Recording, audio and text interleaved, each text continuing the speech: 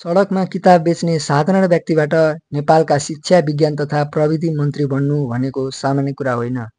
यो कथा हो महावीर पुनको, जसले अभावलाई अवसर बनाएर देशलाई नयाँ बाटो देखाए। महावीर पुनको जन्म 1955 जनवरी 22मा म्याग्दी जिल्लाको नाङ्गी गाउँमा भयो। गाउँमा न त राम्रो विद्यालय थियो न पुस्तक। प्राथमिक शिक्षा गाउँमै पुरा गरेपछि परिवार चितवनतर्फ सरे। गरिबी र अभावका बीचमा पनि उनी पढाइमा निरन्तर लागिरहे। विद्यालय सकाएपछि उनले शिक्षकको रूपमा काम गरे। शिक्षादेखि समाजतर्फ लक्ष्य लिएर आफ्नो विदेशतर्फ यात्रा गरे।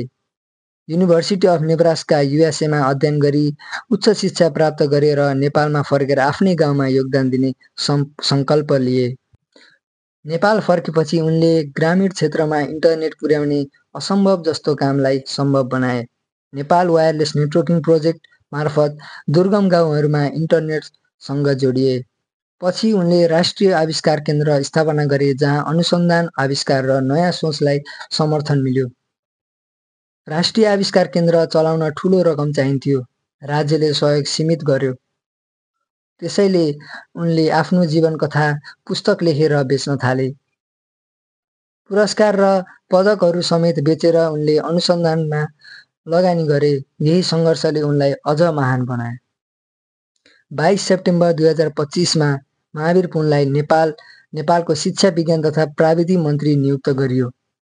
पहिलो दिनमै उनले भने, मलाई मन्त्री नबनी कामको प्रस्ताव ल्याउनुहोस्। उहाँले स्पेन नाभिकीय जैव प्रविधि र सूचना प्रविधि एआई क्षेत्रका लागि विशेष समितिहरू गठन गर्ने घोषणा पनि गर्नुभयो।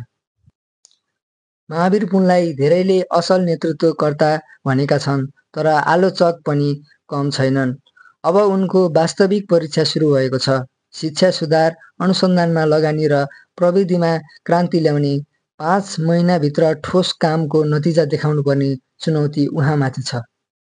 किताब बेचेर, पदक बेचेर, इन्टरनेट बोकेर गाउँमा पुगेको महावीर पुन आज मन्त्री बनेका छन्। उहाँको कथा एउटा प्रमाण हो, जहाँ अभाव छ त्यहाँ सम्भावना पनि छ। हामी सबैले उहाँको यात्राबाट सिक्न सक्छौँ। सपना देख्न सकिन्छ र त्यसलाई पुरा गर्न नि सकिन्छ।